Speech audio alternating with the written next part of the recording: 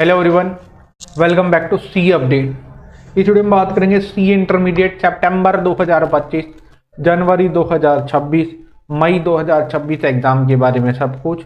आपको रजिस्ट्रेशन कब तक करा लेना है, कहां कहां से आप एंट्री ले सकते हो, कौन कौन से रूट है, रजिस्ट्रेशन की वैलिडिटी क्या होने वाली है, रजिस्ट्रेशन के बाद एग्जामिनेशन फॉर्म की फीस क्या होने वाली है, एग्ज़ाम कब आप दे सकते हो, वैलिडिटी, सब कुछ, सिलेबस, सब कुछ बारे में बात करेंगे।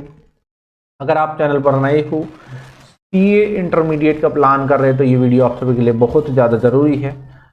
वीडियो स्टार्ट करने से पहले मैं आपको पहले ही बता दूँ, थोड़ी सी ये लंबी वीडियो होगी क्योंकि मैं आपको धीरे धीरे सब कुछ बताऊंगा सीए इंटरमीडिएट के रिगार्डिंग। ठीक है, सुनिए। पहला जो क्वेश्चन है कि आप इंटरमीडिएट में कैसे कैसे रजिस्ट्रेशन करा सकते हो। देखिए, इंटरमीडिएट में रजिस्ट्रेशन कराने के दो रूट है, फाउंडेशन रूट और दूसरा आता है direct entry route. Foundation route का मतलब क्या होता है कि वो स्टूडेंट जो सीए फाउंडेशन पास करके आया है, अपना एग्जाम दिया है सीए फाउंडेशन का, उसको क्लियर करके आया है, वो होता है foundation route. Direct entry route का मतलब होता है फाउंडेशन के अलावा कोई दूसरा एग्जाम दिया हो, उसके बारे में बात बाद में करेंगे, लेकिन वो डायरेक्ट एंट्री रूट रहता है। अब फाउंडेशन रूट में अगर आपने 12th पास कर ली है, फाउंडेशन का एग्जाम दे लिए हो, तो आप इंटरमीडिएट में रजिस्ट्रेशन कराने के लिए एलिजिबल होने वाले हो। डायरेक्ट एंट्री में कैसे रजिस्ट्रेशन कराओगे? डायरेक्ट एंट्री सुनिए। अगर आप कॉमर्स बैकग्राउंड से हो तो आपने ग्रेजुएशन या पोस्ट ग्रेजुएशन में मिनिमम 55% मार्क्स लाए हो, या नॉन कॉमर्स बैकग्राउंड से हो और पोस्ट ग्रेजुएशन या ग्रेजुएशन में अपने 60% मार्क्स लाए हो, तो CA intermediate direct entry scheme में आप रजिस्ट्रेशन करा सकते हैं। इसका मतलब ये है कि आपको फाउंडेशन का एग्जाम नहीं देना पड़ेगा, आप डायरेक्ट इंटरमीडिएट के एग्जाम के लिए एलिजिबल होने वाले हो। अब बात करते हैं कि अगर आपने लास्ट ईयर पास की है ग्रेजुएशन, तो आप रजिस्ट्रेशन करा सकते हो कि नहीं करा सकते, और आपने मिनिमम मार्क्स अचीव कर लिए हैं तो आप करा पाओगे। ठीक है, सीए इंटरमीडिएट में अपना रजिस्ट्रेशन करा पाओगे। अगर आप ग्रेजुएशन कर ही रहे हो तो रजिस्ट्रेशन आप नहीं करा पाओगे अगर आपका रिजल्ट विथहेल्ड हो रखा है या रिजल्ट अभी आने वाला है। पोस्ट ग्रेजुएशन और ग्रेजुएशन दोनों में से किसी में भी अगर आपने कॉमर्स बैकग्राउंड से मिनिमम 55 या फिर नॉन कॉमर्स 60% मार्क्स ला दिए तो आपका काम हो जाएगा, आप रजिस्ट्रेशन करा सकते हो। फिर उसके बारे में बात करते हैं कि रजिस्ट्रेशन करा लोगे तो स्टडी पीरियड कितना महीने का रहता है और आप को रजिस्ट्रेशन कब तक कराने वाले हो। देखिए, जो स्टडी पीरियड रहता है वो 8 महीने का रहता है। आपका जो एग्ज़ाम होगा वो साल में 3 बार होने वाला है। पहला जो एग्ज़ाम होगा जनवरी, दूसरा मई और तीसरा सितंबर में होने वाला है। 8 महीने का स्टडी पीरियड रहता है। अगर आप मई के लिए रजिस्ट्रेशन कराना चाहते हो तो आपको प्रीवियस ईयर, मतलब जैसे मान लीजिए अगर आप मई 2025 में एग्जाम देना चाहते हो तो आपको 1 सितंबर 2024 से पहले रजिस्ट्रेशन करा लेना है, तो आप अपना एग्जाम दे पाओगे मई में।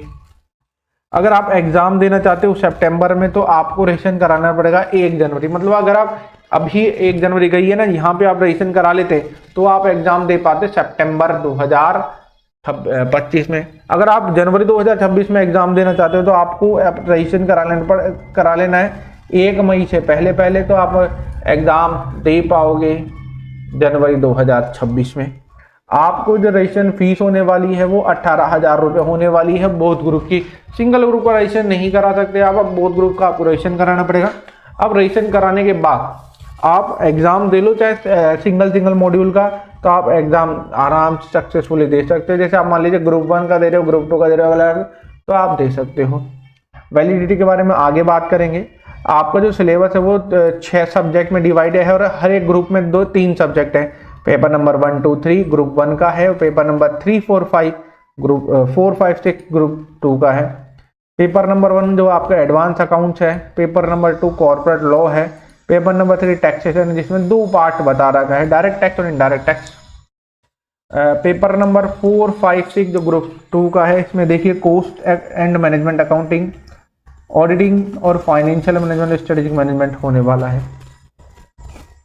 आप स्टडी मटेरियल कैसे अचीव कर सकते हो, कैसे ले सकते हो? जैसे आप रजिस्ट्रेशन कराओगे सक्सेसफुली तो आपको कन्फर्मेशन का मेल आएगा। कन्फर्मेशन के मेल के बाद आपको एक सीडीएस का मेल आएगा। सीडीएस के मेल से आप क्या करोगे, अपने बुक्स मंगवाओगे। सीडीएस के मेल का वैसे ही आप यूज़ करोगे जैसे आपने फाउंडेशन रूट में यूज़ किया होगा।